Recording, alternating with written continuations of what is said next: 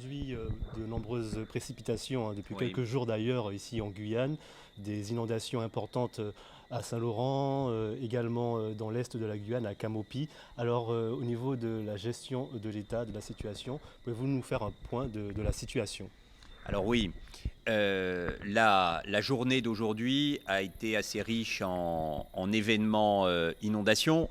Je rappelle qu'au moment où nous nous parlons, ce soir, nous sommes en situation jaune pluie et jaune inondation. À un moment dans la journée, on est passé en orange, mais pour quelques heures seulement. Alors, la première alerte aujourd'hui s'est située à Camopi. On surveillait l'Oyapock depuis quelques jours qui se rapprochait de sa cote d'alerte. On est, au moment où on se parle, à 40 centimètres en dessous de l'inondation de 2015 qui fait référence pour l'Oyapock. Il y a 48 heures, le centre de santé avait déjà été évacué. Ce matin, l'hélicoptère de la sécurité civile Dragon s'est rendu sur place avec le SDIS et le sous-préfet des communes de l'intérieur. Qu'ont-ils constaté? D'abord, tout le monde est sain et sauf. Un certain nombre de familles se sont réfugiées dans la forêt. Elles n'ont pas voulu se mettre à l'abri parce qu'elles auraient été concentrées dans des lieux, notamment il y avait sans doute le gymnase du collège qui aurait pu servir d'abri, mais les habitants n'ont pas souhaité se confiner à l'intérieur, se mettre à l'abri à l'intérieur pour pouvoir respecter les gestes barrières. Ce qui nous remonte, c'est qu'on a des besoins, le besoin en denrées n'est pas le besoin prioritaire pour l'instant. On amènera des denrées, mais voilà, on nous fait remonter un besoin en bouteilles de gaz, en carburant et en cartouches pour aller à la chasse.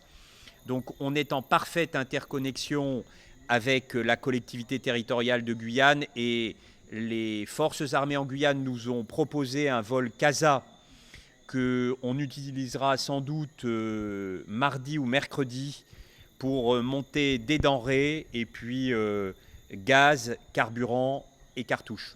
Voilà sur l'Est. Visiblement, on n'a pas complètement atteint le pic de la crue sur l'Oyapock, mais on n'en sera plus très loin.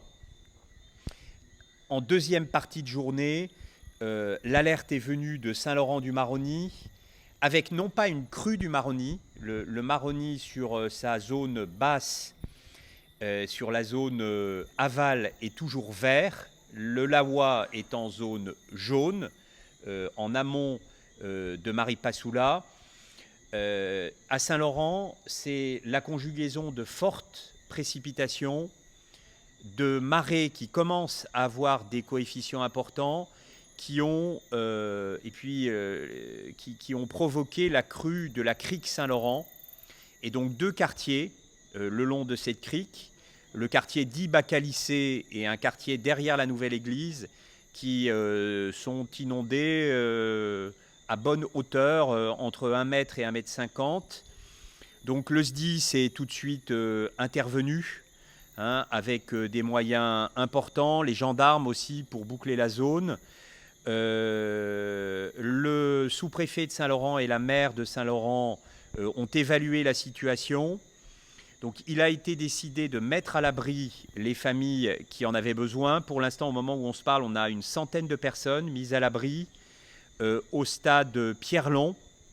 Ce sont les forces armées en Guyane et le RSMA qui a assuré le transport des quartiers vers ce stade. La Croix-Rouge va organiser la médiation ce soir. Les forces armées encore vont amener des rations pour assurer les repas de ce soir, et la gendarmerie augmente ses patrouilles pour assurer la stabilité de la zone, et puis le SDIS reste naturellement à disposition en cas d'augmentation de la crue ailleurs.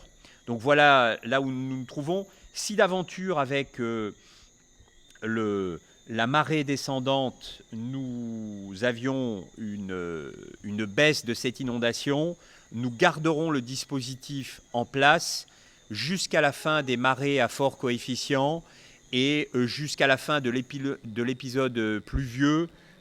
Météo France nous donne un épisode pluvieux jusqu'à jeudi 18h. Est-ce qu'il y a des victimes?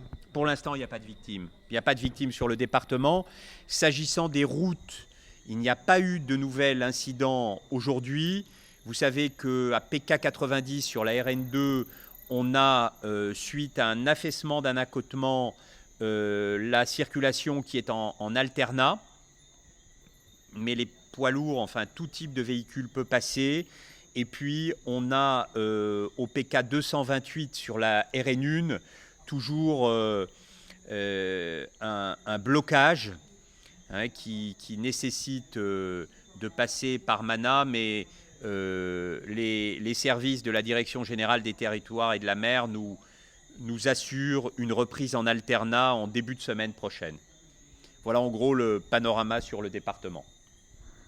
D'accord, donc rien à signaler dans les autres communes de Guyane. A priori, pour l'instant, pas de dégâts. Il peut avoir en tout cas quelques petits incidents, mais on vient de refaire le point. On a fait le point vers 17h30. On vient de refaire le point à 18h30 avec l'ensemble des services, puisque j'ai activé le centre opérationnel de zone. Il n'y a pas eu d'intervention, par exemple, sur l'île de Cayenne ou sur Kourou.